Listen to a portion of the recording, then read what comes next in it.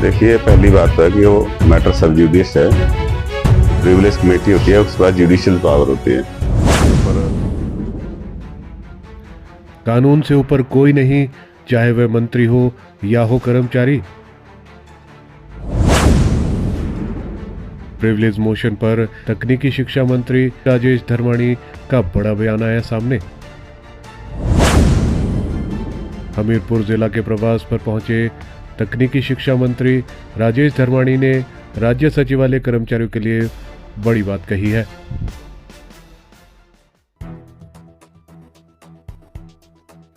हमीरपुर जिला के प्रवास पर पहुंचे तकनीकी शिक्षा मंत्री राजेश धर्माणी ने राज्य सचिवालय में कार्यरत कर्मचारी नेताओं के खिलाफ किए गए विशेष अधिकार हनन नोटिस के सवाल पर कहा कि कानून से ऊपर कोई नहीं होता है, चाहे वह मंत्री हो या फिर कर्मचारी हो। उन्होंने कहा कि किसी कर्मचारी के खिलाफ नहीं, अपितु तथाकथित कर्मचारी नेताओं के खिलाफ नोटिस भेजा है।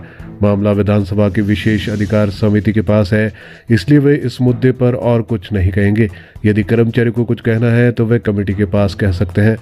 देखिए, पहली बात तो है कि वो मैटर सब जुडिस है। जो प्रिविलेज कमेटी होती है, उसके बाद जुडिशियल पावर होती है। उसके ऊपर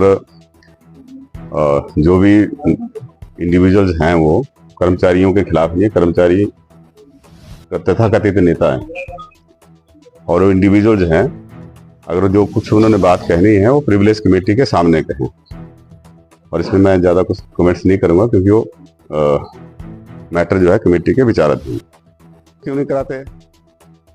हमीरपुर के गंजोह में निजी विश्वविद्यालय के कार्यक्रम में पहुंचे राजेश धर्माणी ने भाजपा द्वारा गोविंद सागर झील में शुरू किए गए क्रूज में धांधली की सीबीआई जांच करवाने के मुद्दे पर कहा कि भाजपा नेता अपने समय में कोई भी विकास का काम शुरू नहीं कर पाए और अब झूठे आरोप लगा रहे हैं। जांच का काम प्रधानमंत्री सहित केंद्रीय मंत्री जेपी नड्डा करवा सकते हैं। उन्होंने कहा कि झील को पर्यटन की दृष्टि से विकसित किया जा रहा है और राज्य सरकार के कदम को जनता की भी सराहना मिल रही है। पर्यटक अब यहां बोटिंग सहित अन्य गतिविधियों का लुत्फ उठा सकते हैं। प्रधानमंत्री जी ने करानी है।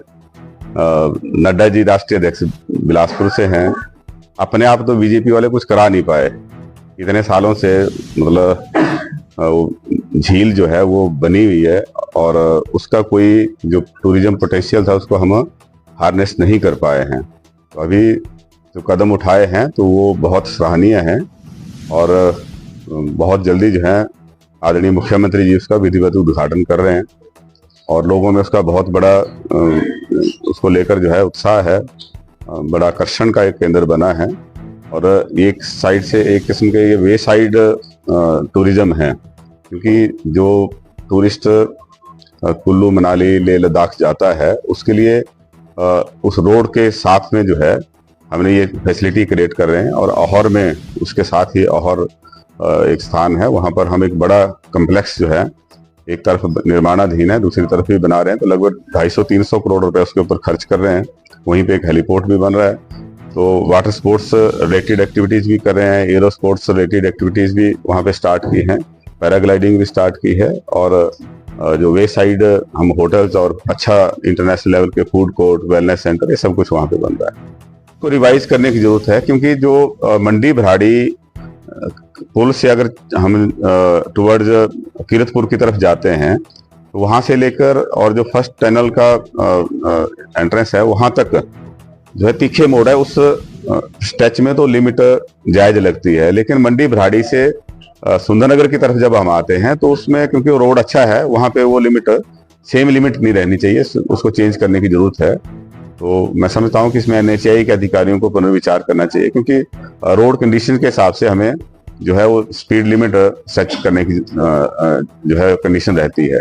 तो जहाँ रोड अच्छा है वहाँ पे वो लिमिट को बढ़ाएं और जहाँ रोड तीखे मोड़ है वहाँ पे वो ठीक है, जहाँ पे वो लिमिट फिक्स की है वो ठीक है।